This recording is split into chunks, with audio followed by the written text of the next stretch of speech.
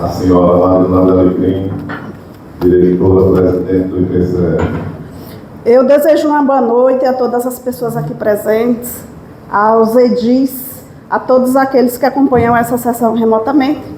E quero aqui agradecer ao vereador Márcio pelo convite, agradecer a essa Casa Legislativa pela oportunidade de estarmos fazendo os esclarecimentos necessários. Bom, como já descrito no convite, nós precisamos tratar de alguns detalhes relacionados ao inquérito civil que foi protocolado pelo Ministério Público no município e no IPCF recentemente. Vale lembrar que as notícias que estavam parcialmente naquele decreto,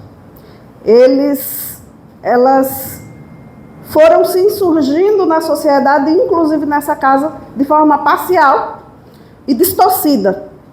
Porque tratou-se apenas da segunda parte do documento, que eram os considerandos. Mas antes dos considerandos, inclusive deixei uma cópia aí para que fosse entregue a cada edil, existe um ofício do Ministério Público onde faz ali o discorrimento do histórico e os relatos do que se trata esse inquérito. Esse inquérito nada mais é do que uma denúncia que o SISE, Sindicato de Servidores em Educação, fez anterior a 2016, quando eu era presidente. Seguido desse, tem mais dois, portanto, já alerto essa casa que vocês poderão receber outras informações relacionadas a essa situação.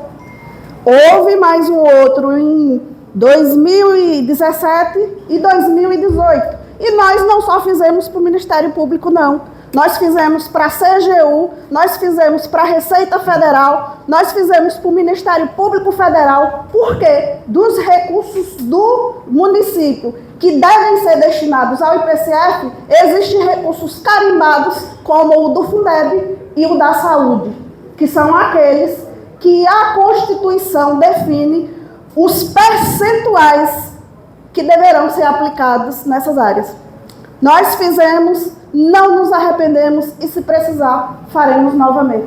Porque aquele instituto, senhor presidente, dele dependem mais de 1.600 famílias, entre dependentes, contribuintes e entre todos aqueles que necessitam dele para sobreviver.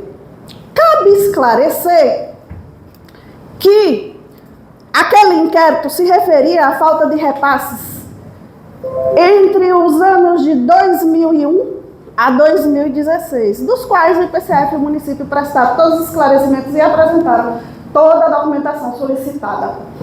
E ali frisava que havia naquele momento uma parte relacionada a servidores que não foi repassada.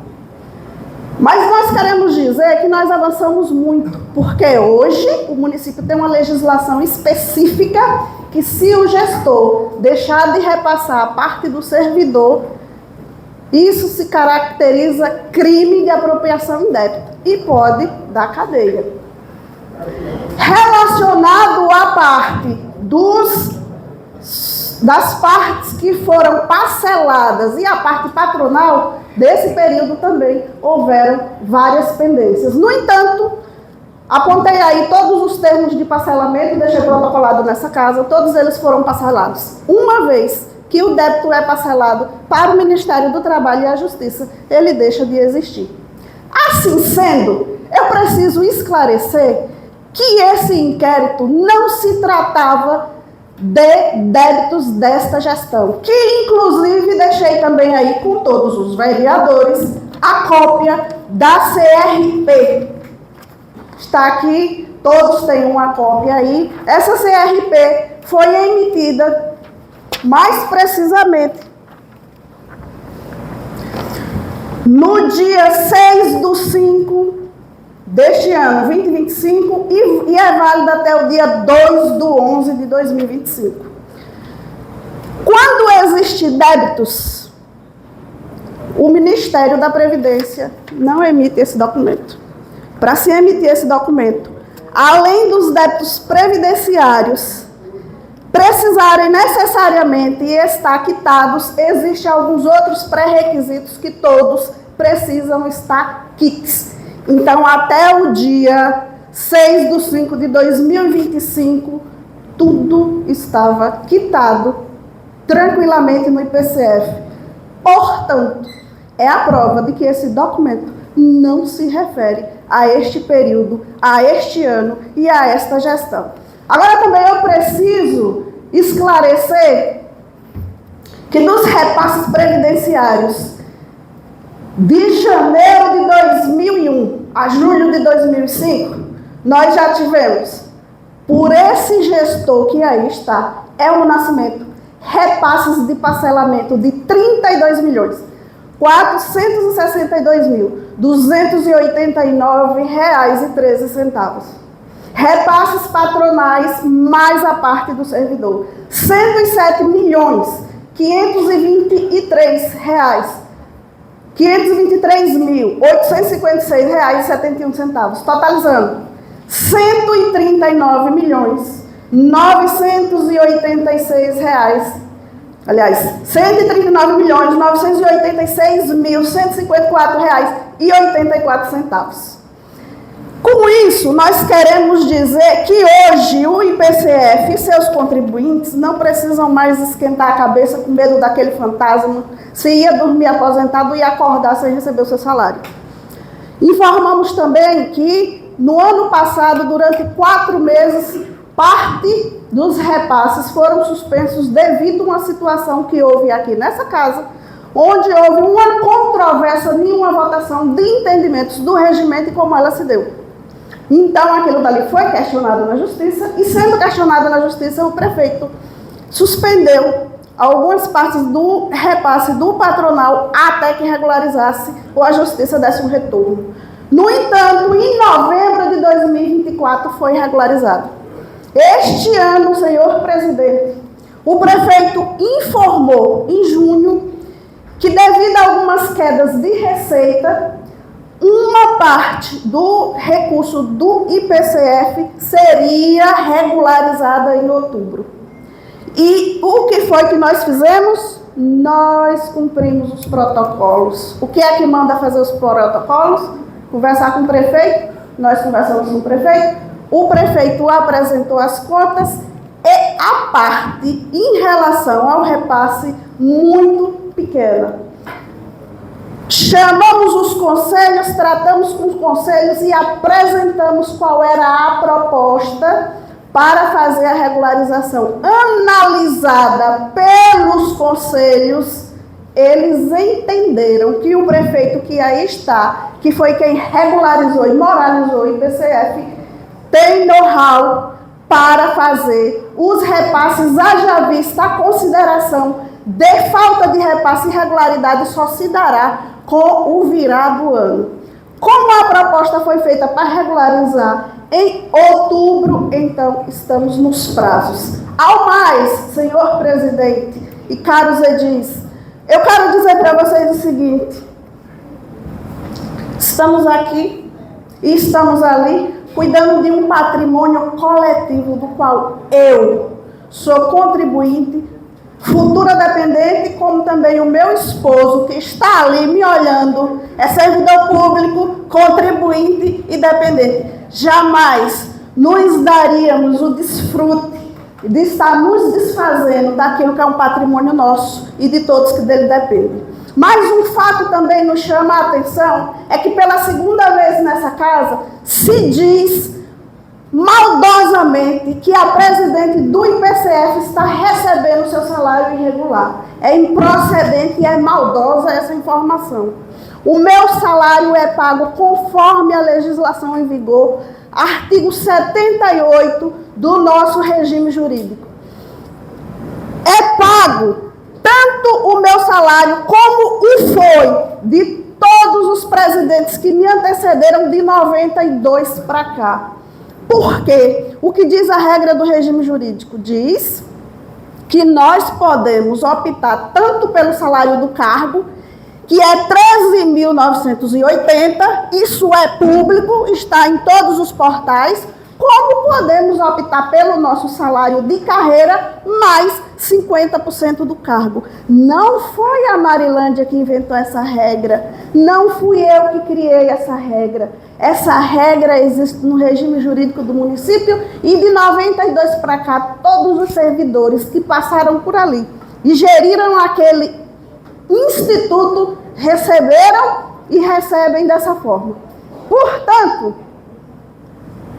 me causa estranheza somente agora vir esse tipo de indagação. Penso até e questiono ao nobre Edil, que levantou esse questionamento já pela segunda vez, se isso é preconceito contra a mulher. Inclusive, vim hoje toda de rosa para mostrar que sou mulher com muito orgulho.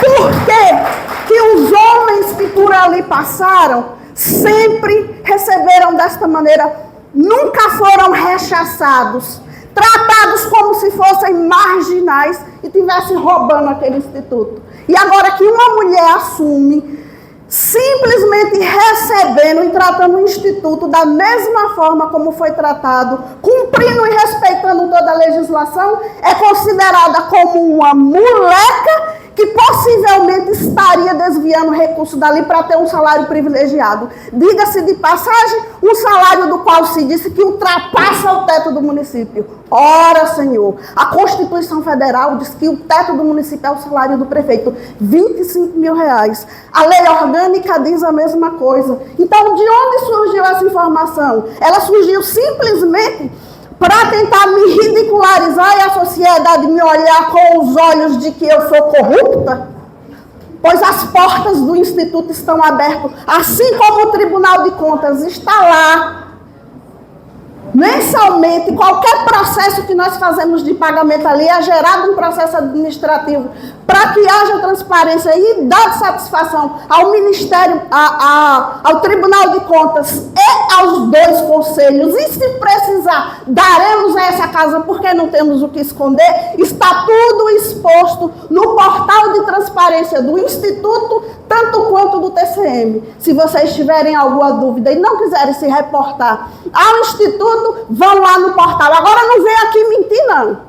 Porque como servidora, como mulher, como cidadã, eu não admito passar por constrangimento na sociedade, estando fazendo o meu papel correto e ser considerada como uma ladra, como uma corrupta. Por causa disso, também quero informar para vocês que estou fazendo uma representação contra o vereador aqui nessa casa e quero ter uma resposta disso daí. Eu espero que a comissão de ética dessa casa funcione e dê uma resposta à altura. Porque uma coisa é o foro parlamentar que existe ou a defesa do que se diz aqui nessa tribuna. Mas essa tribuna aqui, pela legislação, inclusive a Constituição Federal, não está à disposição para que se diga aqui mentiras e difamação de quem nada deve a essa sociedade ou a essa casa ou ao Poder Judiciário. Levante a minha ficha, escrafuche a minha vida, abra a página, mostre tudo e me diga se em algum momento eu burlei legislação, burlei alguma coisa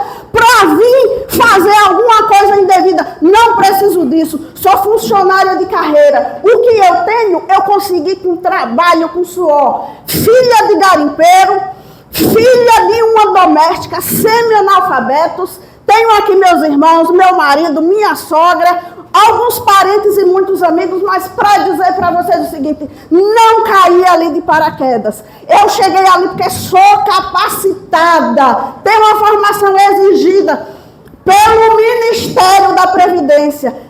Tenho também a certificação específica exigida pelo Ministério da Previdência, porque para estar ali não é qualquer um, tem que ter qualificação. Eu estudei e eu tenho, e eu vou respeitar à medida que eu for respeitada. Senhor presidente, nobres edis, assim como vocês têm a obrigação de fiscalizar, vocês têm a obrigação de defender uma mulher trabalhadora que nunca deu motivos para passar o constrangimento ao qual eu fui submetida ultimamente por causa de informações maliciosas, parciais e tendenciosas. Portanto, meus nobres, eu quero aqui agradecer a oportunidade e dizer para vocês que eu não fujo do debate, não, porque a primeira vez que foi levantado esse questionamento, eu oficiei essa casa pedindo direito de resposta. Não me deram porque disseram que era regimental. Mas hoje, olha eu aqui com a oportunidade de estar abrindo os fatos e as minuciosidades para mostrar quem de fato está errada e quem de fato é que está mentindo e controvertendo os fatos. E ao mais, quero dizer, sabe o quê? Prefeito Elmo, você tem know-how em relação ao IPCEP, porque você moralizou aquilo dali. Você resgatou a nossa esperança de nos aposentarmos. E resgatou também a segurança dos aposentados e pensionistas de que vão dormir e acordar aposentados porque o dinheiro está indo para lá. E se algum dia atrasa ou falta repasse, tenha a moral para chegar, conversar e negociar. Não fica 4 anos escondido sem passar um único centavo e depois faz vista grossa para os trabalhadores e a sociedade. Senhor presidente, caros edis, muito obrigada. Estou disponível para qualquer pergunta, para qualquer esclarecimento, para disponibilizar qualquer documento, porque eu não tenho o que esconder. E ao mais, me lembro muito bem que o prefeito Elmo, depois do resultado das eleições, disse que pretendia trazer uma mulher a essa casa. Senhor prefeito, se quiser mexer as pedras e me trazer para cá, essa situação me abriu uma imensa vontade de retornar. Estou disponível, porque quero responder à altura esse tipo de situação que tenta constranger quem não é para ser constrangido e tenta calar e esconder o que era para ser de fato esclarecido, porque 4 anos se passaram sem os repasses e essa casa se calou, e hoje que está sendo repassado quer desmoralizar e inverter os fatos, não aceitaremos. Muito obrigada, muito boa noite e que Deus abençoe.